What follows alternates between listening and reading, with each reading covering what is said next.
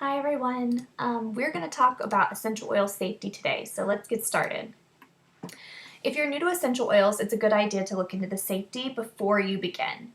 Each bottle of Young Living essential oil is labeled with directions for how that oil can be used, and the directions are going to vary based on the location of where you can use them. So, for example, it'll tell you if it's an internal oil, a topical oil, or an aromatic oil, and it'll give you directions for that.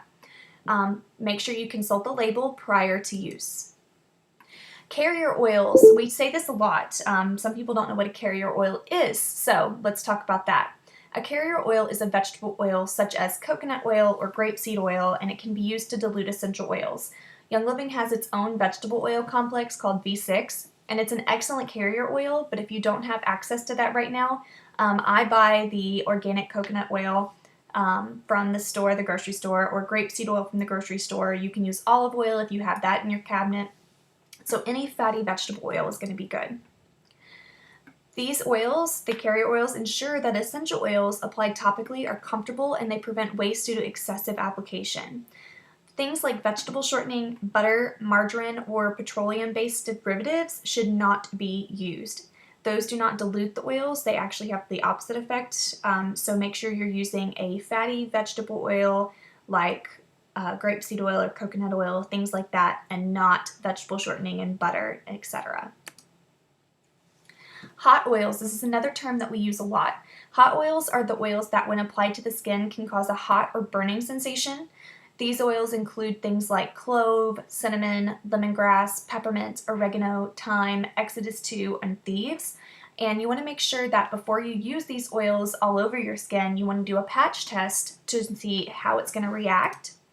And a patch test is just applying 1 to 2 drops of essential oil to the forearm, observing it for an hour or two, and watching for reaction. A reaction will usually occur within 5 to 10 minutes. If you experience a hot or burning sensation, or if you develop a rash, add the carrier oil to the affected area as often as needed. If you have discomfort or irritation, stop using the essential oil and apply the carrier oil to the affected area.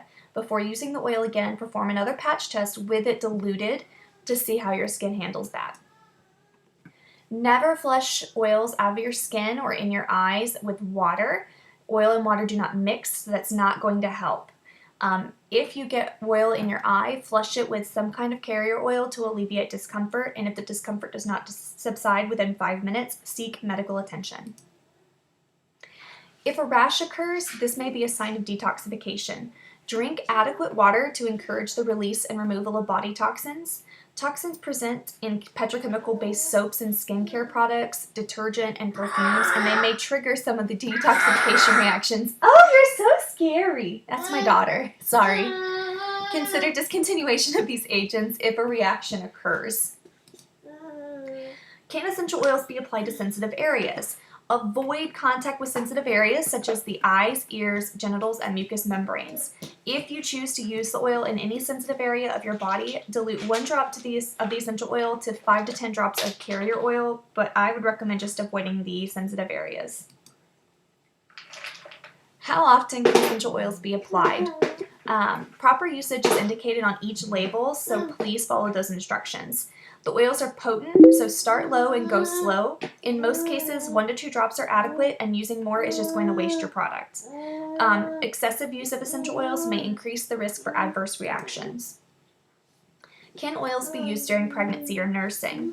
It is strongly recommended that prior to use of essential oils, you seek the advice or recommendation of a competent, trained healthcare advisor who is experienced in EO usage. It is generally recommended to avoid overuse and excessive use of clary sage, Idaho tansy, hyssop, fennel, and wintergreen, as well as the blends and supplements that contain these.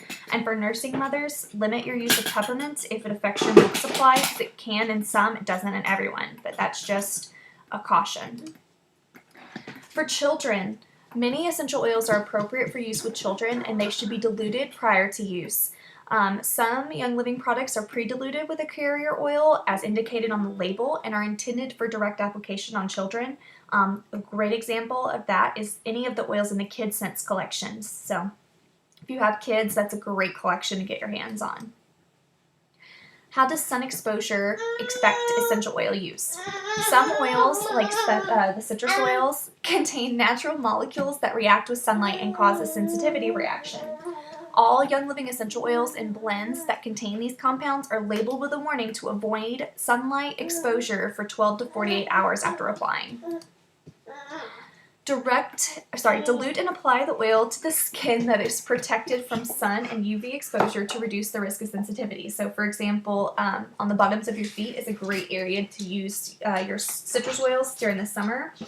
The bottoms of your feet are not going to have much sun exposure, so they're not going to have that issue. Young Living, if you have a disease or a medical condition, or if you are using a prescription medication, it is recommended that you consult with a health advisor who has experience with essential oils. Seek advice of a physician and pharmacist about interactions. So if you are on any kind of medication or unsure of if essential oils can be used with your medical condition, talk to your doctor. And that's essential oil safety. I hope that helped.